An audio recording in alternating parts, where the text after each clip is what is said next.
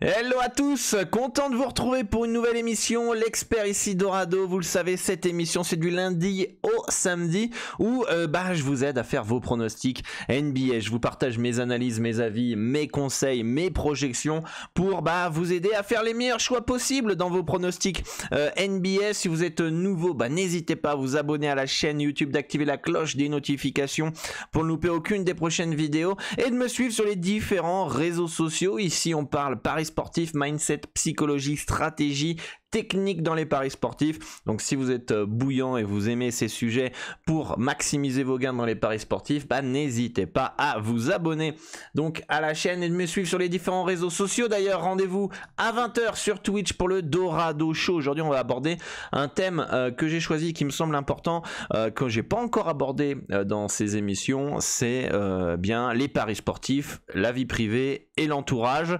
Je sais pas trop comment je vais aborder ces thèmes-là, mais en tout cas, je vais avoir besoin de vous dans le chat pour me faire part de vos expériences, puisque la mienne est peut-être un peu particulière, et ça sera intéressant de débattre, d'échanger sur cette thématique, puisque les paris sportifs sont plutôt mal vus dans la société, et on va discuter de ça et voir comment on peut retourner notre passion en quelque chose de positif par rapport au regard des autres. Donc n'hésitez pas à aller sur Twitch, la chaîne, le lien est dans la description. Vous pouvez retrouver toutes ces émissions en replay directement sur la chaîne aussi, ou alors en podcast sur Spotify et Apple Podcast. Donc voilà, si vous voulez écouter ces émissions. Avant de commencer les amis, n'oubliez pas que si vous voulez maximiser vos gains dans les paris sportifs, si vous voulez vraiment augmenter vos revenus grâce à votre passion des paris sportifs, qu'est-ce qu'il faut faire? Il faut parier sur les meilleures cotes. Et oui, parce que quand vous misez sur une cote à 1,95 au lieu d'une cote à 1,70, si vous misez 100 € par pronostic, ça fait 25 € de bénéfice en plus,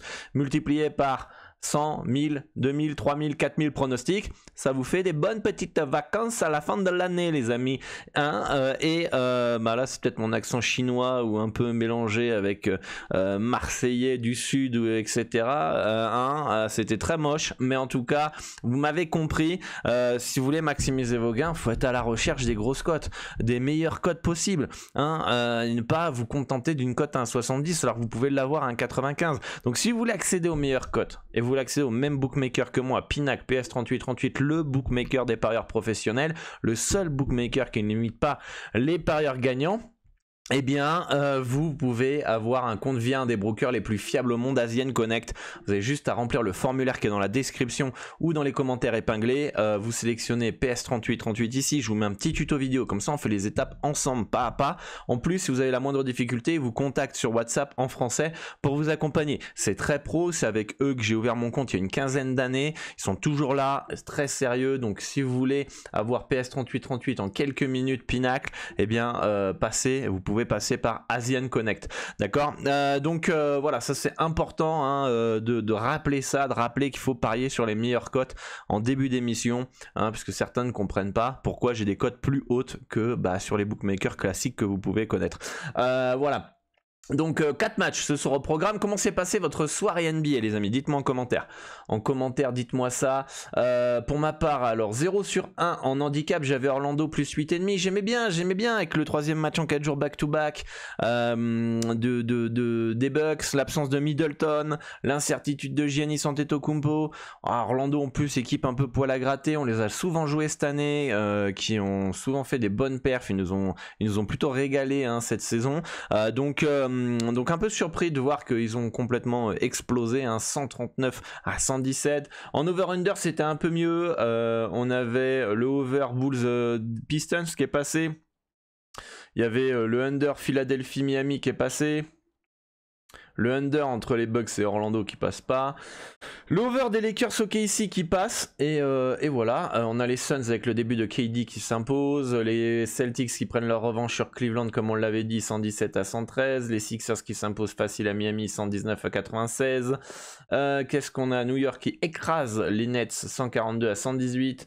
Les Lakers malgré l'absence de AD et de LeBron James qui s'imposent 123 à 117 à OKC, et les Pels qui s'imposent 121 à 110 face aux Blazers. Je crois que j'ai fait le tour. Ah oui, on avait Memphis qui s'impose 113-99 face aux Grizzlies. Attends, j'attendais que le moins 9,5 passait à 2. Il n'est pas passé à 2. Du moins, quand j'ai regardé, il n'y était pas.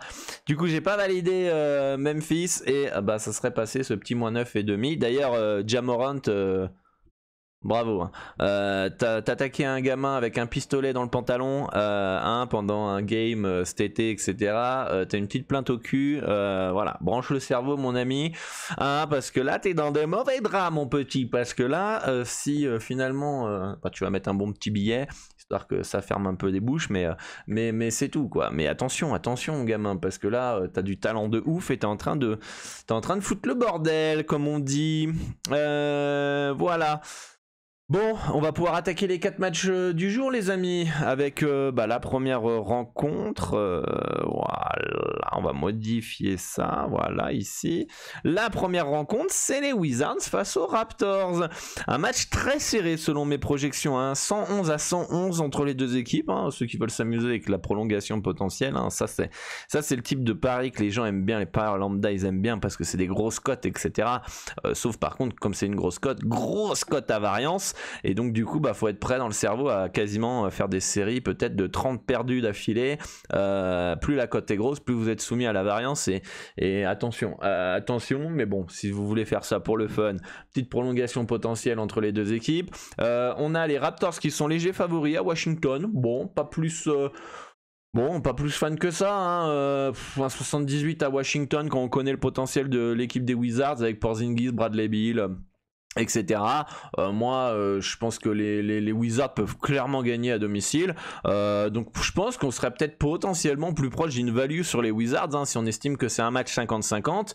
Eh bien, les Wizards à 2-16, c'est au-dessus de 2. Donc, du coup, ça peut être intéressant. Cependant, moi, j'ai une marge d'erreur de une possession et la marge d'erreur, on est en plein dedans. Donc, pour moi, c'est un no-bet dans ce match-là. Mais on irait plus sur quand même du Wizards en termes de cotation. Ça me semble un peu plus intéressant sur le long terme que les Raptors.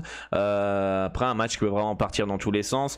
Toronto qui joue dur, Toronto qui ne lâche rien, qui a un bon collectif, qui a une bonne défense, et Washington qui est assez irrégulier, capable de faire des grosses perfs comme se faire complètement écrabouiller. Donc voilà, pour moi c'est un no-bet, mais on serait plus axé sur un Wizards à 2-16 qui semble un peu mieux, voire même pourquoi pas aller chercher même un -2, hein, si vous êtes gourmand à 2,32, hein.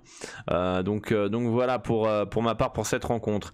Match suivant, c'est les Mavs de Dallas qui reçoivent les Sixers. Alors les Sixers sont en 3e match en 4 jours back-to-back. Hier on a Joel Embiid qui n'a pas joué. Est-ce qu'il va bien être présent ce soir en 3e match en 4 jours back-to-back? Donc il est out contre Miami. Est-ce qu'il n'a pas été mis au repos hier pour jouer ce soir contre Dallas? En tout cas, ça n'a pas l'air de ressembler du repos parce que c'est foot injury. Donc attention, Embiid pourrait ne pas être là ce soir. C'est pour ça que d'ailleurs dans mes projections, ou du moins une des raisons de pourquoi Dallas est favori à domicile, 113-109 d'ailleurs, je pense que même s'il est là, Dallas serait favori chez eux, et les bookmakers donnent un écart de 4 points, tout comme moi j'ai un écart de 4 points, hein, 113-109, donc il n'y a aucune value sur cette victoire des Dallas Mavericks ou des Sixers. Encore une fois, même si on est en 3e match en 4 jours back-to-back, je suis vraiment pas fan de la cote à 1,580. 1,581. Pour moi, ça me semble pas ouf comme bet. Par contre, ce que j'aime bien, c'est potentiellement le under 229. Le under 229, pourquoi? Parce que Philly est une bonne défense. Philly a un potentiel offensif important, mais on a vu que défensivement, c'était quand même assez costaud. D'ailleurs, je vais regarder si c'est pas une des meilleures défenses de NBA, mais en tout cas, on doit pas être très très loin. Philadelphie, voilà, 110 points encaissés en moyenne par match. Ils sont dans la moyenne en attaque, 114, 110, Miami a un poil devant. Cleveland est la meilleure défense. Voilà, Cleveland est la meilleure défense, mais ils font partie du top 5, hein, et ça se joue à rien. La deuxième meilleure équipe, elle est pas très très loin. Donc c'est une des meilleures défenses. 3e match en 4 jours back-to-back. Est-ce qu'on pourra pas avoir des jambes un peu lourdes, même si hier finalement ils sont un peu baladés à Miami. Du côté de Dallas, pour le under, le gros danger c'est Dallas. C'est le gros danger, c'est une équipe qui est très offensive, du moins qui met un beau tempo, même si en moyenne c'est une équipe qui est dans la moyenne en attaque, hein, 113 points, la moyenne du championnat est à 114. Voilà, Dallas est une équipe qui bombarde, donc le soir en fait où ils sont en feu à 3 points, c'est là où c'est danger pour le over. Enfin, pour le under, et on serait plus vers un over. Mais si l'adresse est modeste et normale, etc., plus Philadelphie qui impose un tempo un peu plus lent et qui a une bonne défense, alors dans ces cas-là, je pense pas que les deux équipes peuvent aller à 115 points dans cette rencontre. En tout cas, moi, préférence sur ce under, et encore plus si Joel Embiid n'est pas là, ça fait une menace offensive en moins, qui est sûrement le meilleur marqueur, si je me trompe pas, de cette équipe de Philly. Donc on serait plus vers une tendance under dans ce match-là. Les Spurs de San Antonio qui reçoivent les Pacers d'Indiana. Les Pacers qui sont favoris sur PS38 Pinacle avec un âge de -5,5, -6. Pour ma part, c'est un -7. Non, si, -7. -7 pour Indiana. Donc on est quand même plus proche d'une value des Pacers à 1 point près, mais on est dans la marge d'erreur. On a beaucoup de joueurs incertains dans cette rencontre. C'est pour ça que je vous invite à ne pas toucher ce match-là, parce que tout dépendra de qui sera bien présent, pas présent. On peut voir que Keldon Johnson est incertain, Trey Jones est incertain, Robbie est forfait, Langford et Vassell toujours forfait. Ah non, Vassell est probable, ça c'est une bonne nouvelle, il vient de passer probable. Qu'est-ce qu'on a? Branham qui est questionable. Donc on a beaucoup de joueurs incertains du côté des Spurs, et je pense qu'il faut attendre plutôt qui va jouer, qui va pas jouer, pour avoir une meilleure vision de cette rencontre. Et du côté de Indiana, on a le meilleur joueur, Haliburton, qui est incertain du côté des Pacers. Donc là, c'est un peu à l'aveuglette, hein, qu'on s'aventure dans cette rencontre-là.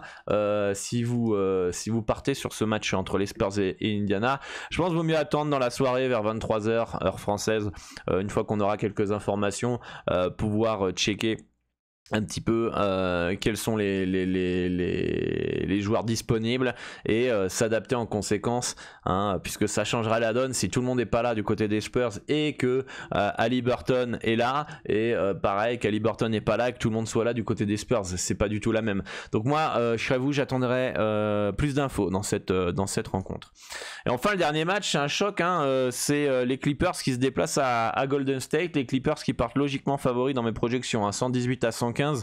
Victoire de 3 points de Los Angeles. On peut voir que les bookmakers donnent un écart de -3,5, -4. On est exactement dans les clous. Aucune value dans ce match-là.